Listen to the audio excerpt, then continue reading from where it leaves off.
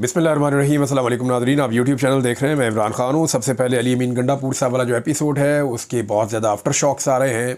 और गंडापुर साहब ने एक स्टोरी दी। उन्होंने कहा जी कि मैं किस तरीके से रात गुजारी, मैंने आपको पूरे वीलॉग में बताया। और वो रात गुजारने के बाद मैं कैसे उतरा, कैसे मैं निकल गया, किसी की नज़रों में नहीं आया। फिर कैसे मैं एक पहाड़ चढ़ गया बहुत ऊँचा, फिर मैं खैबर पख्तूनख्वा वाली साइड पर उतर गया, फिर वहाँ पर गाड़ी मिली, फिर कैसे बहुत सारे अजला से घूमते हुए एक रास्ता लेकर मैं पहुँचा पेशावर में। जब मैं अपने घर सीएम हाउस गया तो मुझे पता चला कि असेंबली का इजलास चल रहा है। तो फिर मैं फ़ौरी तौर पे वहाँ गया और फिर मैंने बात की। ये उनका साइड ऑफ द स्टोरी है।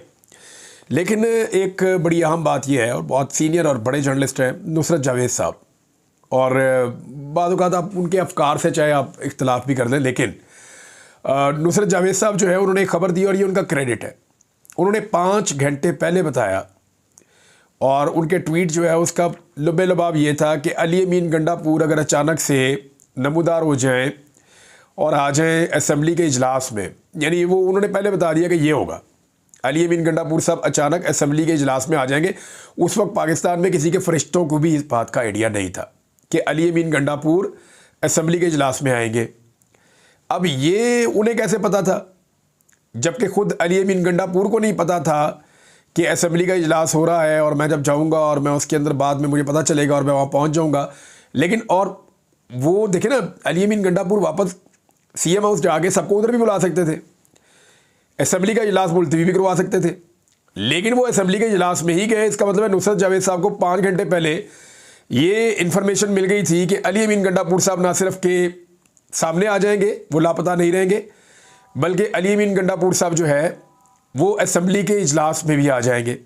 तो आज उन्होंने 3-4 चीज़ें और बताई, क्योंकि उन्होंने बहुत बड़ी खबर दी है। तो अब उनकी इन्फॉर्मेशन को जो है वो क्वेश्चन करना बहुत मुश्किल है। वो इसलिए कि उनकी खबर सच्ची साबित हुई, और जब इतनी बड़ी खबर आपकी ठीक साबित हो जाए, एक सूबे का वज़ीर आला गायब है और वो ये बता रहे हैं कि जी ये आ जाएगा वापस और ये इजलास में शिरकत कर लेगा, फिर आप सीक्वेंस देखें सारी चीज़ों के तो वो फिर जुड़ जाते हैं आपस में। अब नुसरत जावेद साहब मज़ीद चीज़ें जो बता रहे हैं वो बता रहे हैं कि वो 2:30 बजे के करीब वो पहुंच गए थे पेशावर। ये जो अली अमीन गंडापुर साहब कह रहे हैं कि मैं शाम को पहुंचा हूं, इस बात को उन्होंने गलत करार दिया।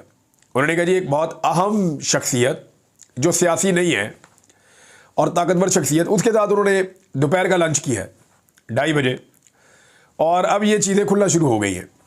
ना सिर्फ दोपहर का लंच किया 2:30 बजे, बल्कि उसके बाद उन्होंने हयाताबाद में पाकिस्तान तहरीक इंसाफ के 3 लोगों से मुलाकात भी की।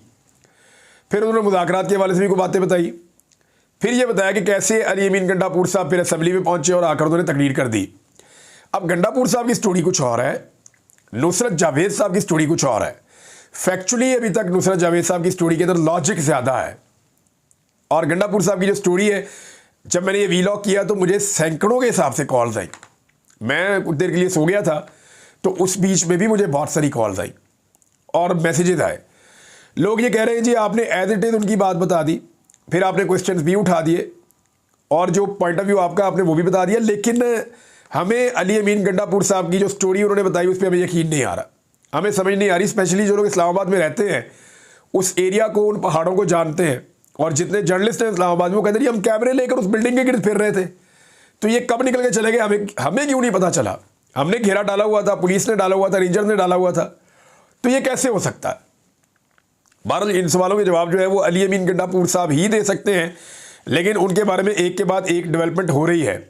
अब गंडापुर साहब के वापस आने के बाद उन्होंने एक जुमला बोला था कि हालात बेहतर हो जाएंगे और अच्छी खबर आएगी, और उम्मीद रखनी चाहिए हमेशा अच्छी खबर के लिए। लेकिन पाकिस्तान तहरीक इंसाफ के लिए 3-4 बुरी खबरें गंडापुर साहब के लापता होने से वापस आने तक के दरमियान, और वापस आने के बाद जो है अगले 24 घंटे में 4 खबरें आ गई हैं। एक खबर तो ये है कि इमरान खान साहब की बहनों का मज़ीद उनका रिमांड हो गया। उन्हें पहले पेश नहीं किया जा रहा था, पेश किया गया तो उनका रिमांड हो गया है। हालांकि हम सब जानते हैं, वीडियो मौजूद है, कि अलीमा खान और उनकी दूसरी बहन जो है वो बिल्कुल एक पार्क में साइड पे खड़ी थी, डी चौक में भी नहीं थी, और ये 2 ख़वातीन थी जो खड़ी थी। दफ़ा 144 की खिलाफ वर्जी भी नहीं हो रही थी, इनके पास कोई हथियार भी नहीं था, और पुलिस के साथ इन्होंने मुज़ाहमत भी नहीं की, तो कोई कानून इन्होंने नहीं तोड़ा, लेकिन इसके बावजूद उनका रिमांड हो गया। एक तो ये चीज़ है। दूसरा, मैं आपको क्लियरली बता दूं कि इमरान खान की बहनों से पाकिस्तान तहरीक इंसाफ में कुछ लोग नाराज़ हैं और वो इस बात का तस्करा करते रहते हैं और वो ये कहते हैं जी कि इमरान खान की बहनें बाहर आके जो बातें करती हैं इमरान खान से सुन के उनका इम्पैक्ट होता है, तो हमारे ऊपर प्रेशर बनता है, तो इनको चाहिए कि ये नॉन पॉलिटिकल है, इनकी सोच पॉलिटिकल नहीं है, हम क्योंकि सियासी लोग हैं तो इनको बाहर आके ये स्टेटमेंट्स नहीं देने चाहिए। अब वो बहनें, उनका भाइयों ने जो कहता है वो बाहर आके कह भी देती है बाद औक़ात, और हो सकता है इमरान खान साहब उनको कहते हो कि तुमने बाहर जाके ये बात करनी है, वो उन पर ट्रस्ट करते हैं, वो उनकी बहनें, तो वो फिलहाल अब उनकी बहनें भी अंदर हैं इस वक्त, तो ये सूरत हाल है। दूसरी 2 डेवलपमेंट्स और हैं इमरान खान के हवाले से कि इससे पहले वो सिर्फ कैद थे और अब वो अगले 12-13 दिन के लिए कैद तन्हाई में चले गए हैं इमरान खान साहब। कैसे? पंजाब हुकूमत ने जो है वो ये फ़ैसला किया है और सुप्रिटेंडेंट ने ये रिकॉर्ड भी दे दिया है और उन्होंने ये बता भी दिया है कि 18 तारीख तक अडियाला जेल के अंदर जितनी भी मुलाकातें होनी हैं वो सारी कैंसिल कर दी गई है। यानी 18 तारीख तक कोई भी शख्स जाकर इमरान खान साहब को जेल में नहीं मिल सकता। आज 7 अक्टूबर है, तो 18 अक्टूबर तक इमरान खान साहब से जेल में ऑफिशियली मुलाकात नहीं हो सकती। अब पाकिस्तान तहरीक इंसाफ जाएगी, जाकर हाई कोर्ट में अपील करेगी, केस जस्टिस आमिर फारूक साहब के पास लगने के ज़्यादा इम्कान हैं और वो सिक्योरिटी के नाम के ऊपर इसको कितना डिले कर सकते हैं, ये लेट्स सी क्या होता है। लेकिन साफ बात यह है कि इमरान खान साहब को कैद तन्हाई में डाल दिया गया इस सारे एपिसोड के बाद जो इस्लामाबाद में हुआ। दूसरी चीज़ जो हुई वो ये हुई कि इमरान खान साहब का एक केस चल रहा था अल-कादर यूनिवर्सिटी वाला। पाकिस्तान तहरीक इंसाफ बड़े लंबे अरसे से कोशिश कर रही थी कि लंबी डेटें डालो, कोई 2 हफ्ते की डेट, कोई 1.5 हफ्ते की डेट, कोई 10 दिन, 15 दिन, 20 दिन की डेट डाली जाए ताकि वो इस केस को चलाएं और साथ में जो तोशा खाना वाला केस है वहाँ पे इस्लामाबाद हाई कोर्ट से ज़मानत हासिल करके बुशरा बीबी को कम से कम बाहर ले आए, क्योंकि इस केस में तो ज़मानत हो चुकी है पहले ये। अब अगर इसमें कन्विक्शन नहीं होती और उसमें ज़मानत हो जाती है तो बुशरा बीबी कम से कम बाहर आ जाएगी और इमरान खान साहब के भी बाहर आने के इम्कानात होंगे। वो इस पर काम कर रहे थे, तो उन्हें डेट मिलती थी 2 दिन की, 3 दिन की, 2 दिन की, 1 दिन की, 3 दिन की, ऐसे डेट मिलती थी। उसकी वजह यह थी कि अदालत बहुत तेज़ी से केस चलाना चाहती थी। अब फौरी तौर पर पाकिस्तान तहरीक इंसाफ की एक दरख्वास्त पर अमल कर दिया गया।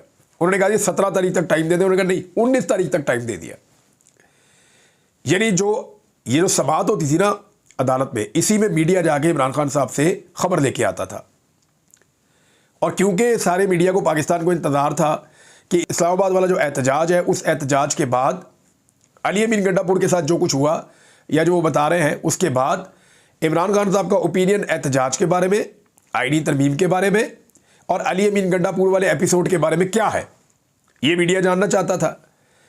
लेकिन मीडिया की इमरान खान साहब से मुलाकातें ख़त्म हो गई, क्योंकि केस चलेगा तो मुलाकात होगी। तो केस की तारीख पड़ गई है 19। अब 19 तारीख तक इमरान खान साहब का केस नहीं सुना जाएगा, उनको मीडिया नहीं मिल सकता, फैमिली और वकील और सियासतदान उनको 18 तारीख तक नहीं मिल सकते। तो 19 को केस है, 19 को ही बाकी लोग मिलेंगे। तो अब 19 तारीख तक इमरान खान साहब कैद तन्हाई में चले गए। तो जो बातें इमरान खान साहब के ज़रिए से बाहर आ सकती थी वो अब नहीं आएगी। चौथी डेवलपमेंट, अली अमीन गंडापुर साहब के वापस आने के बाद खैबर पख्तूनख्वा हाउस जो है उसको फौरी तौर पे सील कर दिया गया। ये दिन के टाइम की एक्टिविटी है और उसको सील करने के पीछे जो वजूहात, मैंने चंद लोगों से बात की, तो क्योंकि इस पर स्पीकर जो है सूबाई असम्बली के खैबर पख्तूनख्वा के, उन्होंने इस पर कमेटी भी बनाई है, तोड़ फोड़ जो ये जो नुकसान हुआ है उसको जाके देखें, जो जिम्मेदारान हैं उनका तयन करें। लेकिन कमेटी तो अंदर तब जाएगी ना जब उनको इजाज़त मिलेगी। सीडीए ने जाके एक सूबे का हाउस उसको सील कर दिया कि यहाँ पे कोई चीज़ शायद गलत बनी हुई है। मामला ये तामीर करने वाली हुकूमत, बनाने वाली हुकूमत, हर चीज़ जो है वो हुकूमत की ही है और ये बहुत लंबे अरसे से खैबर पख्तूनख्वा हाउस यहाँ पे मौजूद है। ना पुराने किसी दौर के अंदर, ना पीटीआई के किसी दौर के अंदर इसके ऊपर सीडीए ने कोई अटैक या रेड नहीं किया, इसको सील नहीं किया। लेकिन जैसे इसके अंदर तोड़फोड़ हुई और अली अमीन का स्टेटमेंट आया, असद कैसर का स्टेटमेंट आया कि जनाब ये हम सामान टूट फूट ये हम नौजवानों को और सबको दिखाया करेंगे, हम इसको ठीक नहीं करवाएंगे, तो फौरी तौर पे जो है उसको सील कर दिया गया।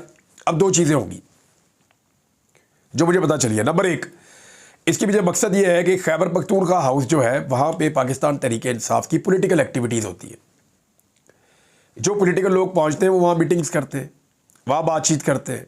वो क्योंकि रेड जोन के अंदर है तो वो करीब भी होते हैं, तो उनको एक प्रोटेक्शन भी हासिल है और वहाँ पे वो अपने लोगों को ठहराते भी हैं, तो यहाँ से पॉलिटिकल एक्टिविटी भी कर सकते हैं। तो एक तो वो पॉलिटिकल एक्टिविटी डेड हो जाएगी खैबर पख्तूनख्वा हाउस की तरफ से, ये क्लियर हो गया। दूसरा, इसको रिपेयर कर दिया जाएगा, यानी जो तोड़फोड़ की है, जो नहीं चाह रहे होंगे जिन्होंने तोड़फोड़ की है वो दिखाई जाए तोड़फोड़ या नजर आए किसी को, तो उसको रिपेयर कर दिया जाएगा। जब उसको ठीक कर दिया जाएगा तो ना रहेगा बांस तो ना बजेगी बांसुरी।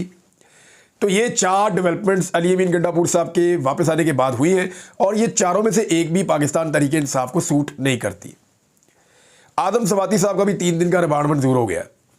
मैंने जब गंडापुर साहब को कल रात बताया कि जनाब आदम सवाती साहब भी गिरफ्तार है, तो उनको पता नहीं था। उन्होंने कहा नहीं वो तो गिरफ्तार नहीं है। मैंने कहा जी वो गिरफ्तार है और उनको पकड़ लिया गया है। तो फिर उनका जो है वो अब 3 दिन का रिमांड आदम सवाती साहब का भी हो गया है। तो ये है जी ओवरऑल सिचुएशन इमरान खान साहब की, पाकिस्तान तहरीक इंसाफ की, गंडापुर साहब की, खैबर पख्तूनख्वा की हुकूमत की।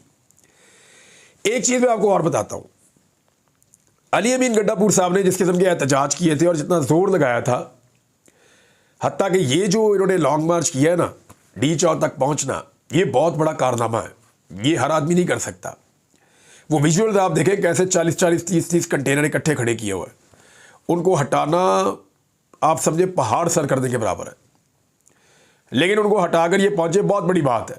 लेकिन उसके बाद जो हुआ वहाँ पे सवालात उठ रहे हैं और पाकिस्तान तहरीक इंसाफ में जो अली अमीन गंडापुर साहब के एक मुखालिफ ग्रुप था वो एक्टिव हो जाएगा और ऑब्वियसली उनको होना है। ये उनका टाइम है। तो पॉलिटिक्स में तो यही होता है कि जब आप कमज़ोर होते हैं तो आपका मुखालिफ जो है वो उसको अपनी ताकत बनाता है। लेकिन ओवरऑल नुकसान इमरान खान साहब का हो रहा है क्योंकि आईनी तरमीम के लिए बड़ी तेज़ी से काम हो रहा है।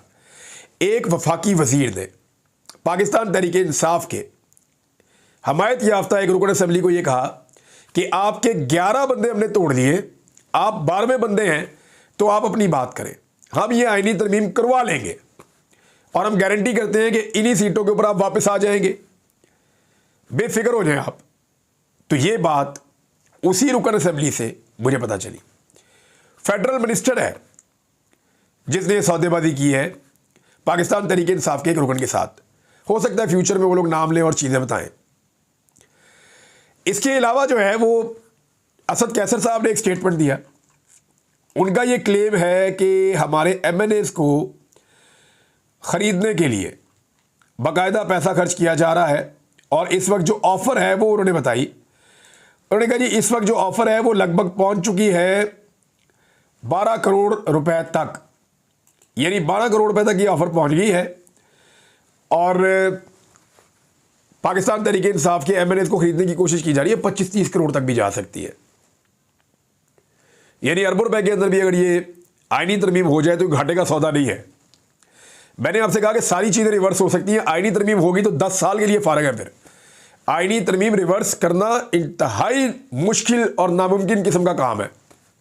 एक दफ़ा अगर ये हो गई तो पाकिस्तान तहरीक इंसाफ ने अब तक, यानी मैं आपको अली अमीन गंडापुर की वापसी से पहले तक की बात बता रहा हूँ, तब तक की सिचुएशन ये थी कि तहरीक इंसाफ के नंबर्स पूरे थे, सवाए 3 बंदों के उनका कोई और बंदा कंप्रोमाइज़ नहीं था और उन 3 वोटों के साथ अगर फजलुर रहमान साहब भी मिल जाएं तो भी हुकूमत की अददी अक्सरियत पूरी नहीं हो रही थी। एक आधा बंदा तब भी कम था। तो फजलुर रहमान साहब तो नहीं मिल रहे। जो उनका जेस्चर था, फजलुर रहमान साहब का एक चीज़ तो हमें याद रखनी पड़ेगी कि वो आप उनके बारे में कुछ कह नहीं सकते, वो कुछ भी कर सकते हैं। सियासत में उनके लिए कोई ये मान ही नहीं रखता कि ये मेरा एग्जैक्ट और फिक्स मेरी लाइन है। वो ऐसा नहीं करते, वो अपनी लाइन तब्दील भी कर लेते हैं। ये नहीं वो कुछ ले दे के और कुछ चीज़ें करके आईनी तरमीम में कुछ तब्दीलियाँ करवा के तो वो इसका हिस्सा भी बन सकते हैं। और फजलुर रहमान साहब को यही सूट करेगा कि इमरान खान साहब सियासी तौर पे जितना मैक्सिमम इनको डैमेज किया जा सकता है वो किया जाए। अगर उनको डैमेज किया जाएगा तभी तो फजलुर रहमान साहब के लिए रास्ता निकलेगा खैबर पख्तूनख्वा में, वरना तो रास्ता ही नहीं निकलेगा। तो उन्होंने भी अपनी पॉलिटिक्स करनी है। तो नंबर पूरे नहीं हो रहे थे। अब मेरी आप ये बात याद रखिएगा कि फजलुर रहमान साहब कादी फायद ईसा साहब को तो एक्सटेंशन देने वाले नहीं है, ये उन्होंने क्लियर कहा। और एक बात वो करते हैं बार बार, यानी फजलुर रहमान साहब की पार्टी के कुछ लोगों ने ये बात की है, मैं मोहतात अंदाज में आपको बता देता हूँ। उनका ये क्लेम है कि जी कादी फायद ईसा साहब ने अभी जो है वो तफसीली फैसला जारी नहीं किया मुबारक सानी केस का, तो ये भी हम इंतज़ार कर रहे हैं और वो हम चाहते हैं कि वो भी तफसीली फैसला जारी हो जाए। तो यहाँ पे उनके कुछ तहफ़्फ़ुज़ात भी है। अब मैं इसके बारे में ज़्यादा जानता नहीं, कोर्ट रिपोर्टर ही बता सकते हैं। लेकिन मामला ये है इस सारे केस में कि फजलुर रहमान साहब अगर वोट नहीं डालते या उनके चंद वोट चले भी जाते हैं तो भी पाकिस्तान तहरीक-ए-इंसाफ की इतनी ज़बरदस्त ग्रिप है अपने MNAs के ऊपर कि तकरीबन 2.5 दर्जन MNAs उन्होंने अपने महफूज किए हुए। अब वोट नहीं टूट सकता। अगर तो ये आप समझ लें कि आईनी तरमीम हो गई और ये MNAs कंप्रोमाइज़ हो गए और ये MNAs उन कमीन गांव से निकल कर पहुंच गए जहां पे जाकर इन्होंने वोट डालना है, तो फिर आप लिख कर रख लें कि लोगों के जितने शकूक व शुबहात हैं वो सारे दुरुस्त हैं खैबर पख्तूनख्वा हुकूमत के हवाले से। फिर आप लिख लें कि कंप्रोमाइज़ हो गया मामला, क्योंकि आईनी तरमीम मुमकिन ही नहीं थी कि हो जाती। और अभी जब मैं आपसे बात करूं तो अब तक नहीं है, लेकिन अगर ये आईनी तरमीम हो जाती है तो फिर आप समझ लें कि ये मामला तय थे। इन मामलात के तहत इमरान खान की बहनों को अंदर रखा गया, इन मामलात के तहत इमरान खान साहब से मुलाकातें बंद करवाई गई, इन मामलात के तहत जो है वो खैबर पख्तूनख्वा हाउस को भी सील किया गया ताकि वहाँ एक्टिविटी ना हो सके। इन्हीं मामलात के तहत जो पाकिस्तान तहरीक-ए-इंसाफ के रोला डालने वाले लोग हैं वो सारे मुकदमात में भाग दौड़ रहे हैं। इन्हीं मामलात के तहत एक पार्लिमानी पार्टी की लीडर है जरताज गुल वजीर, वो भी गिरफ्तार कर ली गई। तो इन्हीं मामलात के तहत अगर MNAs भी कंप्रोमाइज़ हो जाते हैं और आईनी तरमीम हो जाती है तो फिर समझे ये एक डील का नतीजा है। इससे बाहर फिर आप नहीं देख सकते, फिर आपके पास कोई और ऑप्शन रहेगी नहीं। फजलुर रहमान साहब गए थे जी, जो फ़लस्तीन के हवाले से एक कॉन्फ्रेंस हुई थी, उसके बारे में मैं बात करता हूँ नेक्स्ट वीलॉग में, वो इंपॉर्टेंट है, उस पर बात करते हैं। एक बड़ा अफसोसनाक वाक़या दहशतगर्दी का पाकिस्तान में कराची में हुआ, उस पर भी बात करते हैं।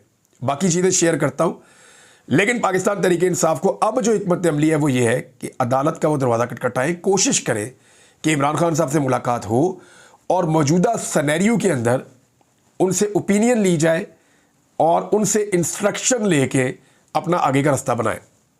देखते हैं अब होता क्या है। अब तक के लिए इतना ही, अपना ख्याल रखिएगा, अपने इस चैनल का भी। अल्लाह हाफ़िज़।